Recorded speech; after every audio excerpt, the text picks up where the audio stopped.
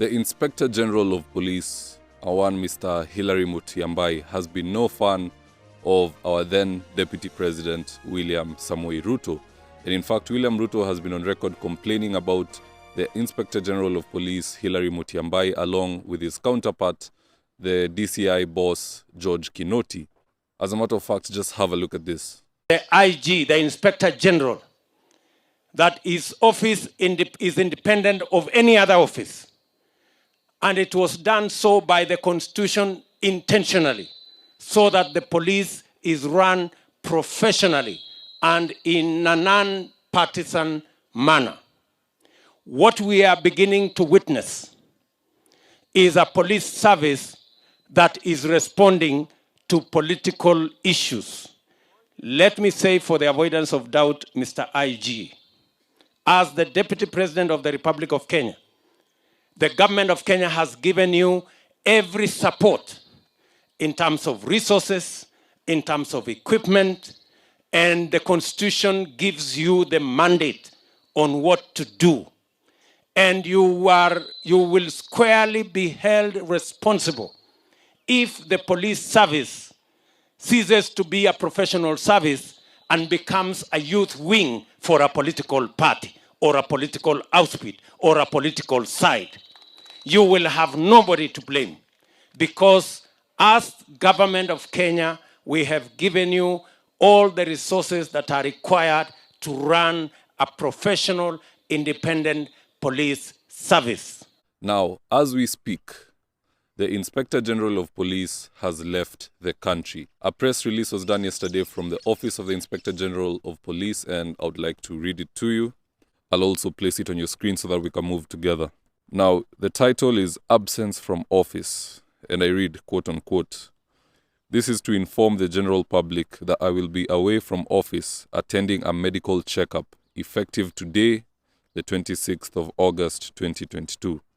In my absence, Mr. Noor Gabo, the Deputy Inspector General of Administration Police Service, will act as the Inspector General of the National Police Service until my return.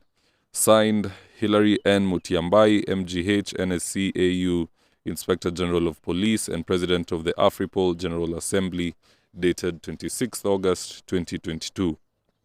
Now, before we delve into this and analyze why this sudden departure from the Inspector General of Police, if you're here for the first time, I would just like to urge you to hit the subscribe button. And if you're watching from a different platform, say maybe Facebook or TikTok or Twitter, there's so many, maybe even Telegram, just head on over to YouTube, search for David Wafula. I'll be the first one to pop up.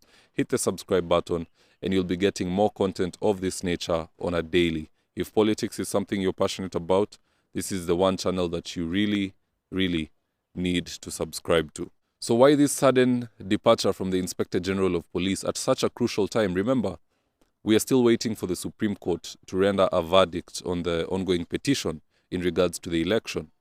And this is the one time that the Inspector General needs to be around. It's a career-defining moment. In the event there's fracas, he needs to be on hand to deal with it and to quell it as fast as possible. But he has suddenly departed. And in this video, I would like us to analyze and see why would this be the case. So in my opinion, it could be either one of these following three reasons that I'll give you shortly, or a combination of any of the three. Time will tell. Reason number one is to avoid unlawful orders. You'll come to notice that the State House and the entire Uhuru Kenyatta government is on its way home, no matter what they do. And they were banking on a Raila Odinga victory.